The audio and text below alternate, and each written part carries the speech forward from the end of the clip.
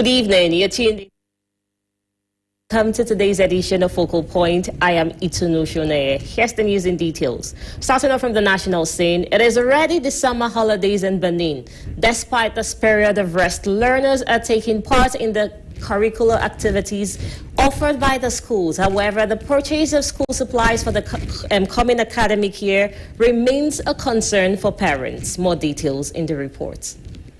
Preparing for the start of the new school year for your offspring is a strategy that every parent develops, but it also requires experience. For this mother, this important step was achieved by a fairly simple method, she confides, while calling on the government to offer loan facilities to parents. On the other hand, the prevailing economic gloom is forcing this mother to opt for a loan to cover her daughter's school fees. She also wants the state to help families in difficult situations. On se prépare depuis parce qu'on sait que notre enfant ira à l'école, donc on se prépare, on cotise un peu. We have been preparing since because we know that our children will be going to school, so we have been saving some money for the preparation of school reopening. As I get some money, I save up a little to get some of the things needed. That is how I have been doing, because I know my daughter will need books and pens, so I pay for that first, and I also pay for the uniforms because that is what she will put on to school. So I save up for that first. Sometimes the savings is not enough. We may also depend on loans if the state can also implement this, so that parents can also take loans for their children's education. That will also be good. A teacher by profession, this parent says that he started buying school supplies in May to avoid purchasing the school supplies at a higher rate. It is all about organization, he says. A number of stalls selling supplies have been set up in and around Cotonou. For the time being, some parents are buying as much as they can afford.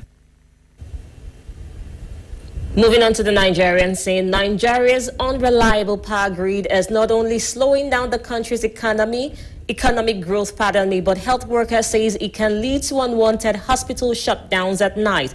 But one startup, Volsus Energy, is giving hospitals hope. More details in the report.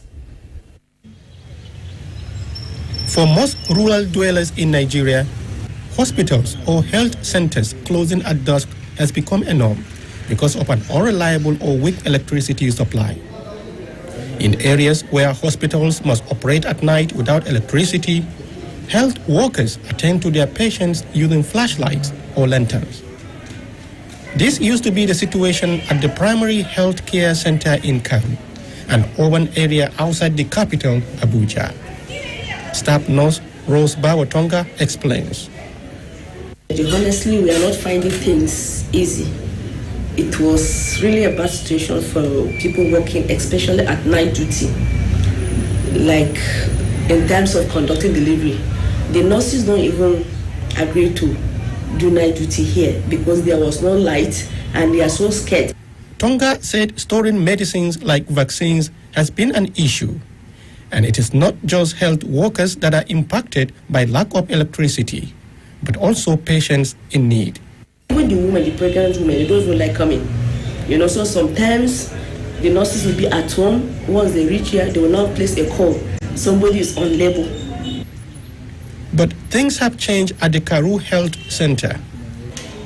The hospital now has a 24-hour uninterrupted power supply because of Volsus Energy, a solar power startup. Tonga says it is a big change. You can check around, you will see there's light everywhere and everything is visible. Our vaccines are intact. They are always ready for use and the women are very happy. Engineer Tomiwa Bayo-Ojo is the Chief Executive Officer of Volsus Energy. Founded in 2016, his startup has so far provided solar power to one facility. But Bayo-Ojo says solar power is the right approach for sustainable electricity to healthcare facilities across Nigeria. The power that they require on a daily basis is relatively small. They don't have heavy equipment, so to say. You get what I'm saying? They don't have equipment that requires everything that they have. There's just a few kilowatts, and I feel this can be solved by mini grids, which is a solution that we provide. Volsus Energy is just one of many solar initiatives popping up across Nigeria. According to numbers published by Statista, solar energy capacity in the country amounted to 37 megawatts in 2022, a 12% jump from the year before. Still on the African scene, Uganda recorded a decline in inflation to its lowest rate in the last 15 months, according to the state-run statistics agency. The country's headline inflation declined to 3.9% over the last 12 months compared to 4.9% the previous year. Food inflation for items like cassava, maize flour, rice, bananas and chicken has declined. Uganda's Bureau of Statistics says this has led to a decline in inflation, the lowest since February 2022. Specifically, we note that the petrol inflation has decelerated to minus 21.1% in the year that is ending July 2023 from that of 14.7% in June 2023. Diesel inflation on an annual basis decelerated to 21.0% in the year that is ending July 2023 from that of minus 16.5% in June, recorded in June 2023. This is a relief for many market traders like Andrew Baze. They believe they can now make a better profit margin at reduced costs of transporting their produce from gardens in rural areas to the markets in the city. The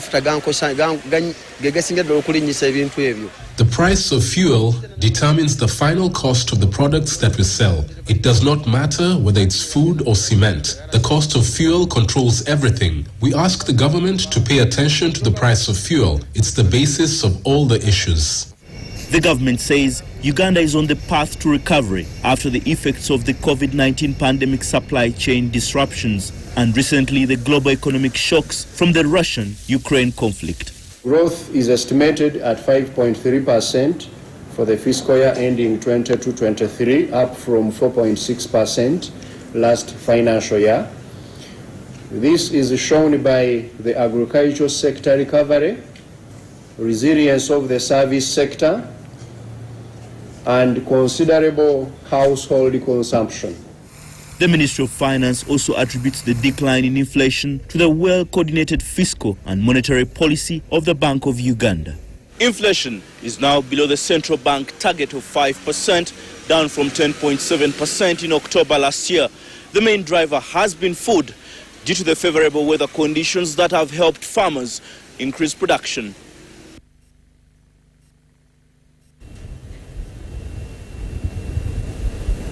And Niger's mutinous soldiers closed the country's airspace and accused foreign powers of preparing an attack as the transitional government defied the deadline to restore the ousted president. Niger State Television announced the move on Sunday night, hours before West African Regional Bloc ECOWAS had demanded that the coup leaders reinstate President Mohamed Bazoum or face military force. Niger's mutinous soldiers closed the country's airspace and accused foreign powers of preparing an attack as the transitional government defied the deadline to restore the ousted president. Niger State Television announced the move on Sunday night, hours before West African Regional Bloc ECOWAS had demanded that the coup leaders reinstate President Mohamed Bazoum, the democratically elected president, or face military force. In his televised address, coup spokesperson Colonel Major Madu Abdrahman said the National Council for the Safeguard of the Country is launching a vibrant appeal to its youth, the noble sons and daughters of our country, that they be ready to defend our country. Concordant information currently in his possession indicates that the forces of a foreign power are ready to attack Niger and its people in coordination with the ECOWAS and armed terrorist groups. The National Council for the Safeguard of the Country warns ECOWAS and the foreign power against all interference in the internal affairs. The National Council for the Safeguard of the Country is launching a vibrant appeal to its youth, the noble sons and daughters of our country, that they be ready to defend our country. Long live the National Council for the Safeguard of the Country. Long live the people of Niger, noble and sovereign. Long live an independent Niger. I thank you. The July 26 coup in which Mauritania soldiers installed General Abdulrahman Chiani as head of state adds another layer of complexity to West Africa's Sahel region that's struggling with military takeovers, spreading Islamic extremism, and a shift by some states toward Russia and its proxy, the Wagner mercenary group. An ECOWAS delegation was unable to meet with Chiani, who analysts have asserted led the coup to avoid being fired. Now the transitional government has reached out to Wagner for assistance while severing security ties with former colonizer France. Algeria and Chad, non-ECOWAS neighbors with strong militaries in the region, have said they oppose the use of force or won't intervene militarily, and neighboring Mali and Burkina Faso, both run by transitional government, have said an intervention would be a declaration of war against them too. The military government in Mali and Burkina Faso called ECOWAS bluff, saying an armed intervention in Niger would be met with force. Guinea also sided with the coup leaders. All three countries plus Niger are suspended from ECOWAS and form part of a military-led belt spanning Africa's Sahel from Guinea in the west to Sudan in the east. It was not immediately clear on Sunday what ECOWAS will do next. All eyes are on the next move by West African leaders who vowed to attack coup leaders in Niger if they fail to free the detained president and revert back to a democratically elected government. The deadline for the threat of force involving troops from the Economic Community of West African States, ECOWAS, was on Sunday. The world waits in anticipation to see the next move to be made by ECOWAS. In the semi-arid Sahel that separates coastal Africa and the Sahara, armed groups are swarming like ants in sugar, pulled by a mixture of weak states, bleak economic prospects, burgeoning populations, and a punishing climate. Conflict trackers say Africa, the Sahel in particular, has experienced quadrupled levels of violence in the past decade, and the past year has seen fatalities peak. Almost 10,000 deaths from attacks have been recorded, mostly in Mali and Burkina Faso, according to data from the African Center for Strategic Studies. Senegalese opposition leader Ousmane Sonko has been on hunger strike since he was arrested after a 2-year standoff with the government. Aides and one of his lawyers said he was admitted to a hospital emergency on Sunday in Dakar. PASTEF, Mr. Sonko's party, which was dissolved by the authorities on Monday, announced his admission to emergency in a statement. Senegal's jailed opposition leader Ousmane Sonko, who has been on a hunger strike for the past 8 days to protest charges against him, has been hospitalized, his party said on Sunday. Ousmane Sonko is a Senegalese politician, member of the National Assembly from 2017 to 2022, and mayor of the city of Ziguinchor since 2022. He's the president of the Senegalese African Patriots for Work, Ethics and Fraternity Party, PASTEF. He was a candidate in the 2019 presidential election under the banner of the Sonko President's Coalition and came third in that election with 15% of the vote behind Idrissa Seck and incumbent President Macky Sall. PASTEF, Mr. Sonko's party, was dissolved by the authorities. In a statement, the Patriots of Senegal for Work, Ethics and Fraternity Party, PASTEF, said Sonko has been admitted to the emergency room at a hospital in the capital, Dakar, noting that prior to his imprisonment, he was in good health and had no known illnesses. The party said President Macky Sall and his government will be fully responsible for everything that happens to him. The authorities have not commented on the matter. Mr. Sonko, 49, went on hunger strike on July 30, 2 days after his arrest. Local media reports indicated that Sonko was refusing food in prison, where he was detained last month in protest against his detention over multiple charges that include calling for an insurrection and conspiracy against the state. Sonko, a presidential hopeful whose political party was dissolved by the government, was detained at the end of last month at Sébikotane prison just outside Dakar. Sonko was arrested on July 28 and a court in Dakar ordered his detention on July 31. He reportedly began a hunger strike on July 30. Sonko announced his hunger strike in a Facebook message before being detained. In the face of so much hatred, lies, oppression, persecution, I decided to resist. I observed from this day, July 30, a hunger strike, he wrote. also calling on all political detainees to do the same. Sonko was in June sentenced to 2 years in prison for corrupting youth, which undermines his chances of running for president. Some Senegalese are of the opinion that the government of Macky Sall is doing everything possible to disqualify Ousmane Sonko from contesting for the upcoming elections in Senegal.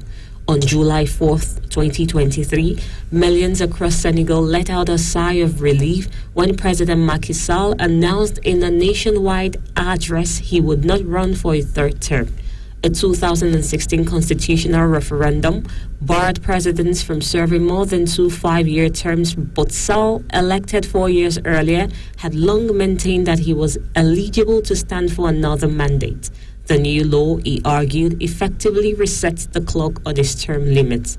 Despite Senegal posting solid economic growth in recent years, analysts and voters stated that the lack of jobs for the country's burgeoning youth population will remain a top and difficult priority for the next administration. Moving on to Tunisia, the head of Tunisia's largest trade union has demanded Western nations do more to support migrants who are continuing to arrive in Libya after Tunisian authorities began a mass expulsion in early July. More details in the reports. The head of Tunisia's largest trade union has demanded Western nations do more to support migrants who are continuing to arrive in Libya after Tunisian authorities began a mass expulsion in early July. Chief of the Tunisian General Labour Union, UGTT, Noureddin Taboubi, was speaking at a political rally in Sfax. The West must understand that we are not its border guards, he says. They colonized Africa and other countries for many years. It's about time to implement real development so people can live in dignity and prosperity in their countries.